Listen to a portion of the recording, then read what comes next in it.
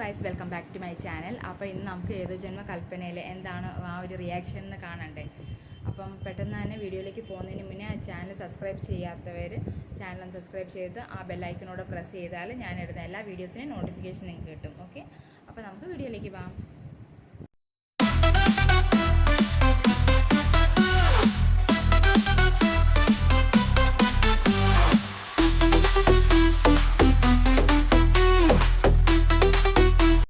Starting തന്നെ കാണിക്കുന്നത് അശ്വിനും ശ്രുതിയും കൂടെ ഇങ്ങനെ അങ്ങോട്ടും ഇങ്ങോട്ടും നോക്കിയെന്ന് നല്ലൊരു മൊമെൻറ്റും നല്ലൊരു സോങ്ങും ആയിട്ട് ഒരു മിനിറ്റ് അങ്ങനെ അങ്ങ് പോവുകയാണ് ചെയ്യുന്നത്. അത് കഴിഞ്ഞിട്ട് പെട്ടെന്ന് അശ്വിൻ്റെ ആ ഒരു മുഖഭാഗം അങ്ങ് മാറും. എന്നിട്ട് ചോദിക്കും, ഇപ്പം രണ്ടാമത്തെ പെർഫോമൻസിന് നിനക്ക് എൻ്റെ ഹെൽപ്പ് വേണ്ടി വന്നില്ലേ, നിൻ്റെ പെർഫോമൻസ് കംപ്ലീറ്റ് ചെയ്യാൻ ഞാനില്ലായിരുന്നെങ്കിൽ നിനക്ക് ഡാൻസ് കളിക്കാൻ പറ്റത്തില്ലായിരുന്നു. അപ്പം അതുകൊണ്ട് നീ ഒരു താങ്ക്സ് എന്തായാലും എന്നോട് പറഞ്ഞേക്കാൻ പറയും അശ്വിന്. അപ്പോൾ ശ്രുതി പറയും, നിങ്ങളില്ലായിരുന്നെങ്കിലും എൻ്റെ ആ ഒരു പെർഫോമൻസ് ഞാൻ എന്തായാലും കംപ്ലീറ്റ് ആക്കിയേനെ എന്നുള്ളത്. അപ്പം അന്നേരം അശ്വിൻ പറയും, ശരിയാ, നിനക്ക് എന്നെപ്പോലെ എന്തായിരുന്നു അത് ആക്ട് ചെയ്യാനല്ലേ അറിയത്തുള്ളൂ, അല്ല ഞാനാവാൻ പറ്റത്തില്ലല്ലോ.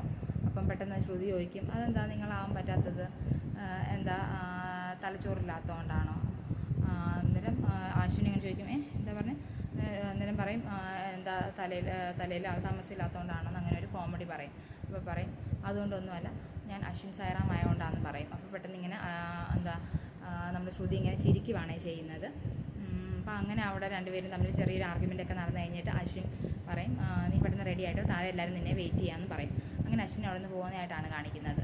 അത് കഴിഞ്ഞിട്ട് പിന്നെ താരത്തെ ആ ഒരു എപ്പിസോഡും മനോരമയും അമ്മായിയും തമ്മിലുള്ള ഒരു സീനാണ് കാണിക്കുന്നത്. അമ്മായിക്ക് മനസ്സിലാവും ഡ്രിങ്ക്സിൽ എന്തോ കലക്കി കൊടുത്തിട്ടുണ്ട്, അത് കാരണമാണ് സ്റ്റേജിൽ അമ്മായിക്ക് പെർഫോമൻസ് ചെയ്യാൻ പറ്റാഞ്ഞെന്നുള്ളത് മനസ്സിലാവും.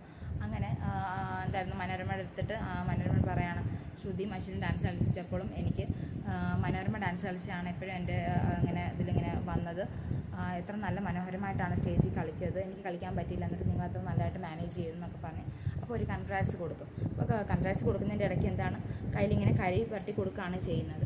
അത് കഴിഞ്ഞിട്ട് കൈ ഇങ്ങ് മാറ്റിയിട്ട് പറയും, അയ്യോ നിങ്ങളുടെ മുഖത്ത് എന്താ പറയുമ്പോൾ അന്നേരം മുഖം മൊത്തം മനോരമ ആ ഒരു കരി അങ്ങ് തേക്കുവാണ് ചെയ്യുന്നത്. അപ്പോൾ അങ്ങനെ അന്നേരം ഇങ്ങനെ കൺഗ്രാറ്റ്സ് ഇതൊക്കെ കൊടുത്തു കഴിഞ്ഞപ്പോൾ മനോരമയ്ക്ക് പെട്ടെന്ന് സന്തോഷം. അന്നേരം പറയും, നമുക്ക് പ്രീതിയുടെ കല്യാണത്തിന് ഇതുപോലെ തന്നെ ഡാൻസ് ചെയ്യണമെന്ന് അങ്ങനെ പറയും.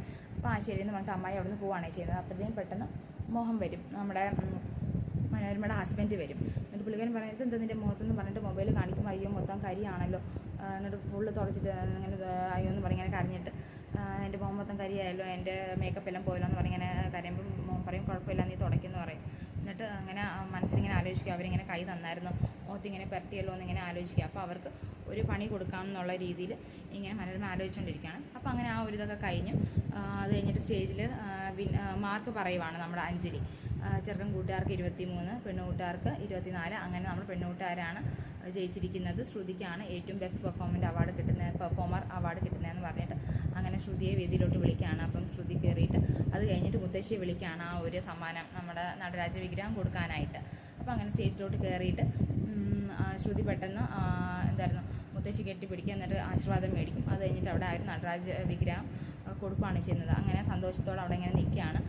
എന്നിട്ട് പെട്ടെന്ന് പ്രീതിയെ നമ്മുടെ അഞ്ജലി വിളിച്ച് സ്റ്റേജിലോട്ട് കയറ്റും. എന്നിട്ട് ശ്രുതിയും പ്രീതിയും കൂടെ അങ്ങോട്ടും ഇങ്ങോട്ടും കെട്ടിപ്പിടിച്ചിട്ട് അന്നേരം ശ്രുതി ഇങ്ങനെ ഡയറക്റ്റ് അശ്വിനെ നോക്കുകയാണ് ചെയ്യുന്നത്. അപ്പോൾ ഇങ്ങനെ ഒരു ചെറിയ സ്മൈലുണ്ട്, അശ്വിൻ്റെ ഫേസിന് ചെറിയൊരു സ്മൈലുണ്ട്, ചെറിയൊരു സോങ്ങും. അങ്ങനെ ആ ഒരു മൊമെൻറ്റ് അവിടെ അങ്ങനെ പോവാണ്. പിന്നെ അത് കഴിഞ്ഞിട്ട് പിന്നെ കാണിക്കുന്നതെന്ന് വെച്ചാൽ ശ്രുതിയുടെ വീട്ടിൽ ശ്രുതി ഇങ്ങനെ ഭയങ്കര ടെൻഷൻ അടിച്ചിങ്ങനെ ഇരിക്കുകയാണ്. നടരാജ വിഗ്രഹം കിട്ടി എന്നാൽ പോലും ഭയങ്കര ഒരു ടെൻഷൻ മൂഡിലാണ് ശ്രുതി ഇങ്ങനെ ജിലേബിയും കഴിച്ചുകൊണ്ട് ഇങ്ങനെ ഇരിക്കുകയാണ്. അപ്പോഴാണ് പെട്ടെന്ന് പ്രീതി വന്നിട്ട് ചോദിക്കും, എന്താ പ്രശ്നം, അങ്ങനെ ഓരോ കാര്യങ്ങളൊക്കെ ചോദിക്കുകയാണ്. അപ്പം പെട്ടെന്ന് പ്രീതി പറയും, അശ്വിൻ സാറില്ലാണെങ്കിൽ എനിക്ക് സ്റ്റേജിൽ പെർഫോം ചെയ്യാനേ പറ്റില്ല, നമുക്ക് ഈ നടരാജ വിഗ്രഹം കിട്ടത്തില്ലായിരുന്നു അങ്ങനെയുള്ള. അപ്പം അന്നേരം ശ്രുതി പറയും, അയാളില്ലെങ്കിൽ എനിക്കൊരു കുഴപ്പമില്ല, ഞാൻ ഡാൻസ് ചെയ്തേനെ, നമുക്ക് അതിനത് കിട്ടിയേനെന്ന്. പക്ഷേ പ്രീതി പറയാണ്, അശ്വിൻ സാർ ഇല്ലായിരുന്നെങ്കിൽ നിനക്ക് ഈ വിജയം വരത്തില്ലായിരുന്നു, നമ്മുടെ ഈ ഒരു വിഗ്രഹം ഈ വീട്ടിൽ വരത്തില്ലായിരുന്നു, അങ്ങനെ പറയാണ്. അവസാനം പ്രീതിക്ക് മനസ്സിലാവും ശ്രുതി ഭയങ്കര ടെൻഷനിലാണെന്ന് മനസ്സിലാവും.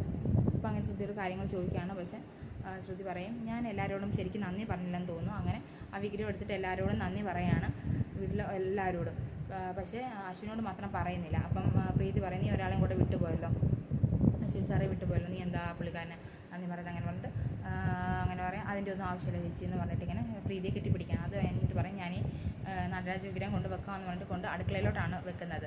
അപ്പോൾ അടുക്കളയിലോട്ട് കൊണ്ട് വെക്കുമ്പം എനിക്കിതെന്ത് പറ്റി, ജിലേബി വെക്കാനല്ലേ ഞാൻ വന്നതെന്ന് പറഞ്ഞിട്ട് നടരാജ വിഗ്രഹം ഇങ്ങനെ പിടിച്ചുകൊണ്ടിരിക്കുമ്പോൾ പെട്ടെന്ന് ഇങ്ങനെ എന്തൊക്കെയോ ഇങ്ങനെ ആ പെർഫോമൻസിൻ്റെ കാര്യം, അശ്വിനും ശ്രുതിയും കൂടെ ഡാൻസ് കളിച്ച പെർഫോമൻസ് കാര്യമൊക്കെ ഇങ്ങനെ ഓർത്തുകൊണ്ടിരിക്കുകയാണ്.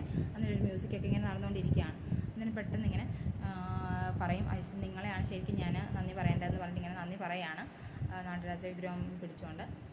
പിന്നെ അതിനിടയ്ക്ക് നമ്മുടെ അശ്വിൻ്റെ ഒരു സീൻ കാണിക്കും. പെട്ടെന്ന് ശ്രുതിയുടെ ഒരു കമ്മൽ കിട്ടുന്നത്, ശ്രുതി ഇങ്ങനെ പോകുമ്പോൾ അപ്പോൾ ആ കമ്മലും പിടിച്ചുകൊണ്ട് ഇങ്ങനെ ഒരു ചെറിയൊരു മ്യൂസിക്കൊക്കെ ആയിട്ട് ഇങ്ങനെ ഇരിക്കുകയാണ്, ആ ഒരു ഓർമ്മയിൽ ഇരിക്കുകയാണ് അശ്വിന്. അപ്പോഴാണ് ഇവിടെ നമ്മുടെ ശ്രുതിയുടെ ഈ ഒരു സംഭവം ഇത് കാണിക്കുന്നത്. അപ്പോൾ അങ്ങനെ ശ്രുതി അങ്ങനെ പെട്ടെന്ന് ഇങ്ങനെ നിൽക്കുമ്പോൾ പെട്ടെന്ന് ഇങ്ങനെ ഹാർട്ട് ബീറ്റ് ആവും, ഹാർട്ട് ബീറ്റ് വരും. അതെന്ന് പറയുന്നത് ഇതെന്താ പെട്ടെന്ന് ഈ കപ്പൽ മുട്ടായി ഓർത്തപ്പം പെട്ടെന്ന് എനിക്ക് ഇങ്ങനെ വരുന്നത് എന്താണെന്ന് ഓർത്തിട്ട് അങ്ങനെ ആ ഒരു എപ്പിസോഡ് ഇവിടെ തീരുകയാണ് ചെയ്യുന്നത്. അപ്പോൾ ഇന്നത്തെ നമ്മുടെ എപ്പിസോഡ് ഇത്രയേ ഉള്ളൂ. ഇനിയും നല്ല മനോഹരമായിട്ടുള്ള എപ്പിസോഡും കാര്യങ്ങളൊക്കെ ഇനിയും വരാനുണ്ട്. അപ്പോൾ എല്ലാവർക്കും വീഡിയോ ഇഷ്ടപ്പെട്ടെങ്കിൽ ലൈക്കും കമൻറ്റും ഷെയറും സബ്സ്ക്രൈബും ചെയ്യാൻ മറക്കരുത്. അപ്പോൾ എൻ്റെ അടുത്ത വീഡിയോകൾ വരുന്നവരേക്കും എല്ലാവർക്കും tata bye bye, take care.